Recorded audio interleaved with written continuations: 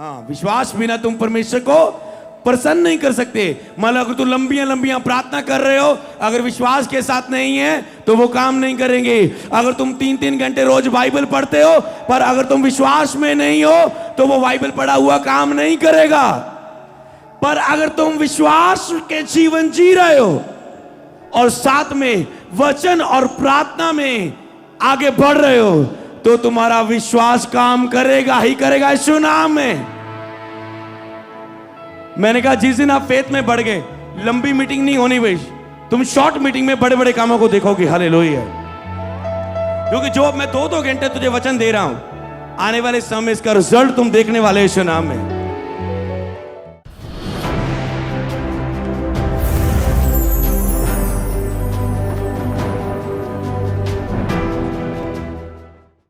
Advance में thanks करे जो आज मन्ना मिलने वाला है। मैं तुझे वो रोटी दूंगा जिसको खा के कभी तुम भूखे ना रहोगे। मैं तुम्हें वो जीवन का जल दूंगा जिससे पीकर तुम कभी प्यासे ना रहोगे। जीवन के जल की नदियां तुझ में से होके निकलेंगी। मैं जीवन के जल की नदियां मांगता हूं आज के दिन आपके जीवन में। आज तुम में से हर एक जन जीवन के जल की नदियों से भर के जाएगा यीशु नाम में। तारीफ करे खुदा की जोर से।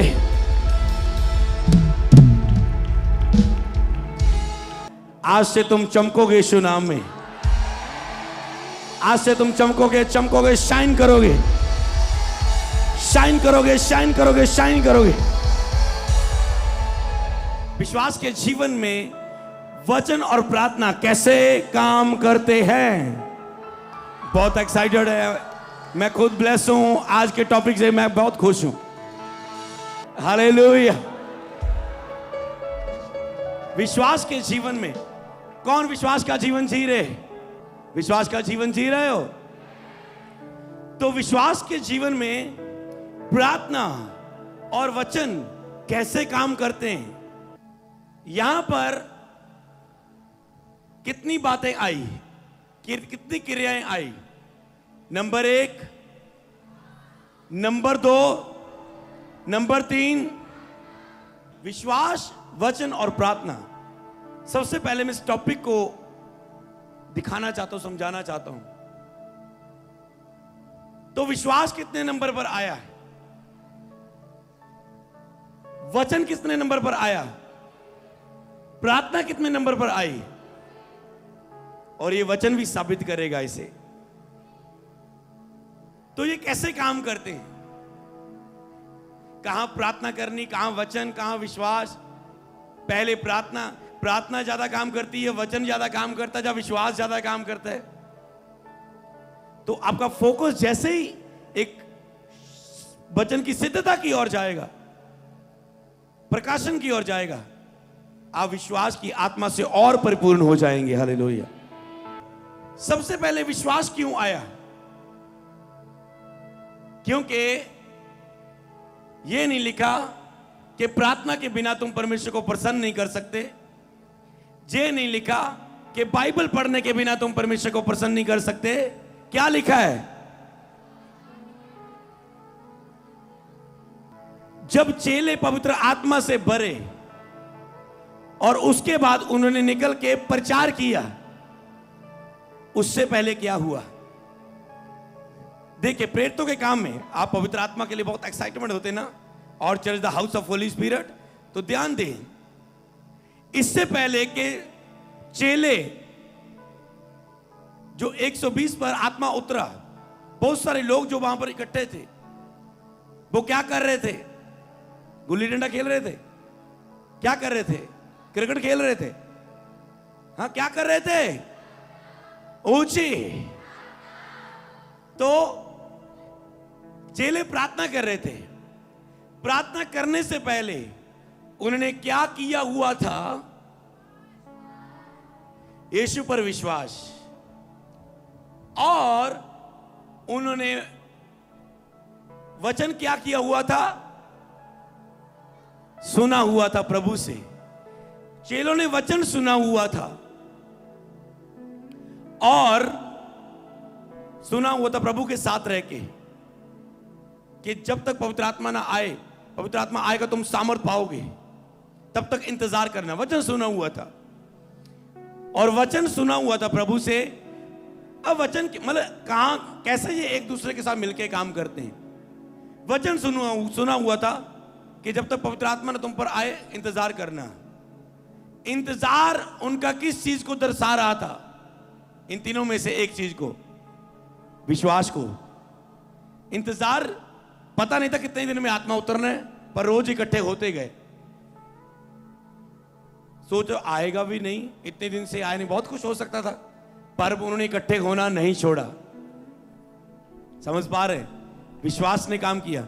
सुना हुआ था तो सुने हुए के कारण उनके अंदर विश्वास था, इकट्ठे हुए वो, और उसके बाद वे सब पवित्र आत्मा से भर गए और उन्होंने निकल के जाके प्रचार किया है। हालेलुया। अब मैं आपसे एक प्रश्न पूछना चाहता हूं। पहले नंबर पर विश्वास है, आप उत्तर देंगे और तुरंत देंगे समझ के और ऊंची आवाज से देंगे।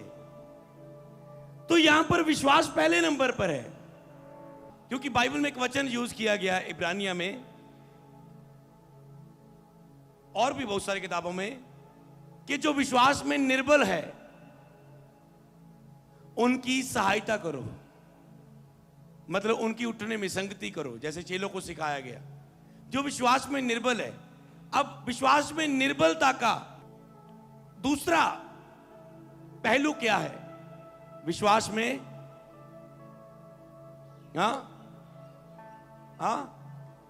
बलवान होना, पावर, विश्वास की पावर। निर्बला मतलब कमजोर, और विश्वास की पावर। तो आप पावर ऑफ फेथ सीख रहे हैं ना। तुम विश्वास की सामर्थ्य के बारे में बात करेंगे। विश्वास की सामर्थ्य में, विश्वास के जीवन में कह सकते हो आप कैसे बढ़ सकते हैं। तो मैं आपसे पूछना चाहता हूं, ये विश्वास का जो जीवन है, कईयों के अंदर विश्वास आ चुका है और वो विश्वास का जीवन जी रहे हैं। कईयों के अंदर विश्वास नहीं आया अभी तक और वो अविश्वास का जीवन जी रहे हैं। अब मैं आपसे पूछना चाहता हूं, विश्वास का जीवन इन दोनों में से किस बात से आता है? प्रार्थना, वचन सुनने से। जब प्रार्थना करने से विश्वास आता है। ओके, बहुत सारी मुझे आवाज सुनी कि वचन सुनने से विश्वास आता है। वचन सुनने से विश्वास आता है। क्या ये मैं बोलता हूं? जब बाइबल बोलती है, बाइबल बोलती है। ओके, बाइबल में भी देख लेंगे। यस, पढ़ेंगे वचन। रोमियो की किताब 10:17। सो विश्वास सुनने से और सुनना मसीह के वचन से होता है। विश्वास किससे उत्पन्न हुआ? सुनने से। विश्वास कैसे? मेरे अंदर चंगा होने का विश्वास क्यों नहीं पैदा होता? तो क्या करना है? विश्वास सुनने से और मसीह के वचन से होता है। सुनना मसीह के वचन से होता है। विश्वास नेगेटिव बातें सुनने से, पड़ोसियों की बातें सुनने से, अविश्वास लोगों की बातें सुनते, दुश्मनों की आवाजें सुनने से। किससे बढ़ता है? किससे आता है? वचन के सुनने से। तो सब कुछ सुनने से नहीं कि तुम चुगलियों सुनने से सोचोगे मेरा विश्वास बढ़ेगा, किसी की खिलाफत सुनने से विश्वास बढ़ेगा। तो जो लोग वचन के अलावा और ज्यादा सुनने में, संसारिक सॉन्ग, दुनिया की चीजें ज्यादा सुनना पसंद करते हैं और वचन को कम पढ़ते हो, अगर ये तेरे कान वचन को कम सुनते हैं पर दुनिया को ज्यादा सुनते हो, तो तुम कभी विश्वास में नहीं बढ़ सकते। लिख लो, उल्टा तुम अविश्वास में जाओगे। तो जितना कम आप दुनिया को सुनेंगे और जितना ज्यादा आप वचन को सुनेंगे, उतना ही आप विश्वास में, आपके अंदर विश्वास आएगा। विश्वास। तो ओके, तो इसका उत्तर आपने दिया और आपने सही उत्तर दिया, क्योंकि वचन में ऐसा लिखा है। हालेलुया। तो इसका मतलब आपको विश्वास में बढ़ने के लिए क्या करना चाहिए? वचन को सुनना चाहिए और पढ़ना चाहिए। जो कुछ भी कर सकते हो, सुनना चाहिए, पढ़ना चाहिए, बोलना चाहिए। ये तीन चीजें लिख सकते हैं। आप सुनते हैं तो ही पढ़ने की बात आती है ना। पहले आपने सुना, फिर आपने बाइबल को पढ़ना शुरू किया, और फिर आपसे रहा नहीं गया उस वचन को दूसरों को बोलने के लिए। हालेलुया। तो पहले सुनना आता है, सीधा आप बाइबल उठा लो तो ये बाइबल आपके लिए क्या रहेंगी? मैंने सिखाया था, कहानियां, वेद नहीं आएंगे, रेवलेशन नहीं आएंगे। इसलिए प्रचारक भेजे गए कि आप सुने, विश्वास करें, फिर आप उससे प्रचार करें विश्वास करके। हालेलुया। फिर आप बोलें, पहले सुनना, फिर खुद पढ़ना।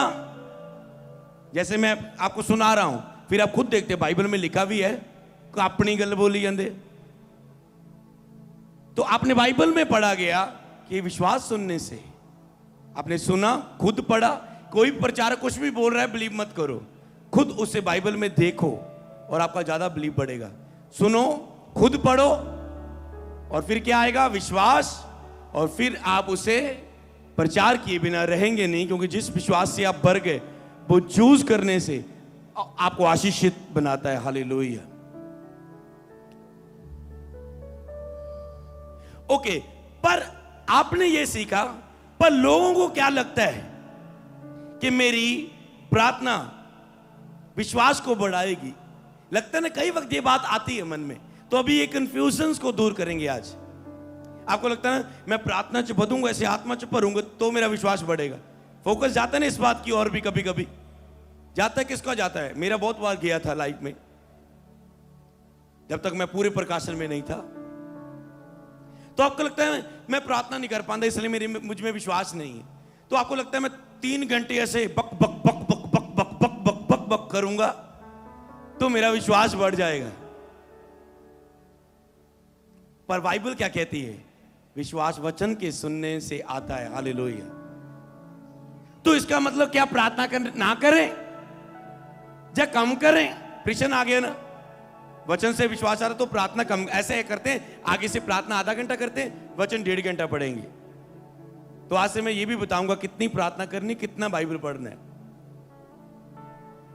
तो इसका मतलब क्या? पढ़े ही ना। आप कहते वचनों से आता है विश्वास, चलो 2 घंटे बाइबल पढ़ते हैं, चलो फिर सो जाते हैं, क्योंकि वचनों से विश्वास आता है। ऐसा करते हैं, आज 2 घंटे वचन ही पढ़ लेने, प्रार्थना रहने देने, क्योंकि वचन से विश्वास बढ़ता है। चमत्कार तो विश्वास वचन से होगा, ऐसा नहीं है। तो ये तीनों मिलके काम करते हैं। हालेलुया। ओके, तो आपको लगा एक नंबर आपने, सबसे पहला नंबर आपने लिखा है कि विश्वास सुनने से बढ़ता है। ओके, आपको आयत मिल गई थी। दूसरा मतलब पॉइंट लिखेंगे, मैं पॉइंट दूसरा पॉइंट, कई लोगों को लगता है कि विश्वास प्रार्थना से बढ़ता है, पर वचन बताता है विश्वास सुनने से आता है। ये भेद है, ठीक है, उस वचन का जो आपको दिया गया आयत, ये लाइन उसकी रेवलेशन है।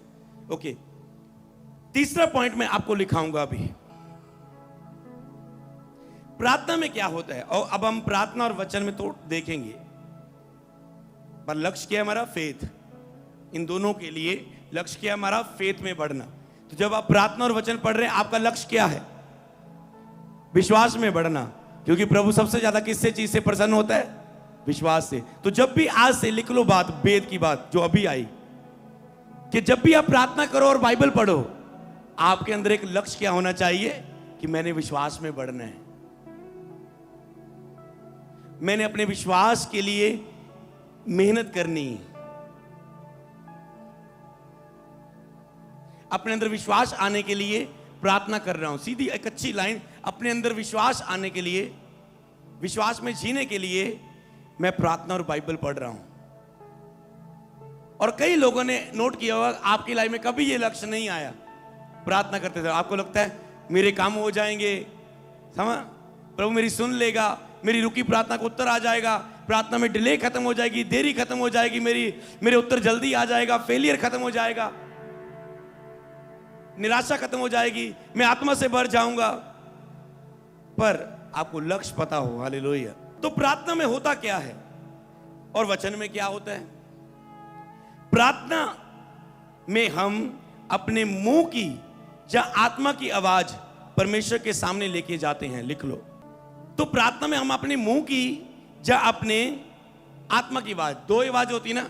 या तो आप प्रार्थना में अपने मुंह की आवाज कुछ ना कुछ बोलेंगे, तो तो आत्मा से प्रभु के लिए कुछ बोलेंगे, है ना। आत्मा से प्रार्थना करेंगे, आत्मा से भी, बुद्धि से भी, आत्मा से गाएंगे, बुद्धि से गाएंगे, मतलब आपकी आत्मा से प्रार्थना निकलेगी, प्रभु तू महान, तू सर्वशक्तिमान। जैसे जहां अन्य भाषा में आप आत्मा में प्रार्थना करोगे, तो जहां मुंह की बात, जहां आत्मा की बात आप परमेश्वर के सामने लेके जाते हो, हालेलुया। पर सुनने, पढ़ने से हम परमेश्वर की दिली आवाज को प्राप्त करते हैं। सबको जय मसीह की। मैं जतिन बब्बर और आप देख रहे हैं मसीह परिवार चैनल। जैसे कि आप सब जानते हैं कि मैं इस चैनल पे प्रभु के अलग अलग दासों की वीडियोस डालता हूं, तो अगर आपको हमारा चैनल अच्छा लगता है तो आप इस चैनल को ज़्यादा से ज़्यादा सब्सक्राइब जरूर करें, ताकि आप प्रभु के वचन को सुन सके। वीडियोस को ज़्यादा से ज़्यादा शेयर करें, ताकि जिन लोगों तक वचन नहीं पहुंचा उन तक भी वचन पहुंच सके। सबको जय मसीह की। एक बार मैं आपसे दोबारा कहूँगा कि इस चैनल को सब्सक्राइब जरूर करें और वीडियोस को ज़्यादा से ज़्यादा शेयर करें। जय मसीह की।